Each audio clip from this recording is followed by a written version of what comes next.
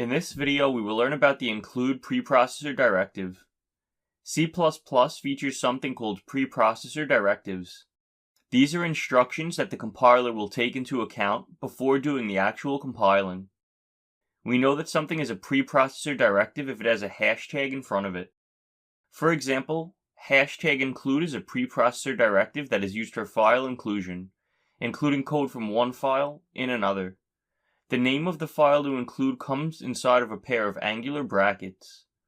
For example, typing the include preprocessor directive and then iostream inside of angular brackets imports the iostream header file into our code, giving us access to the standard input and output stream amongst many other things.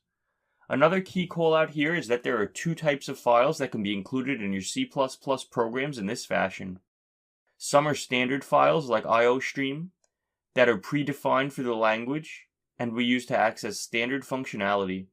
We can also import files that are user-defined, that is, files which we wrote C++ code in that we want to reuse in another file.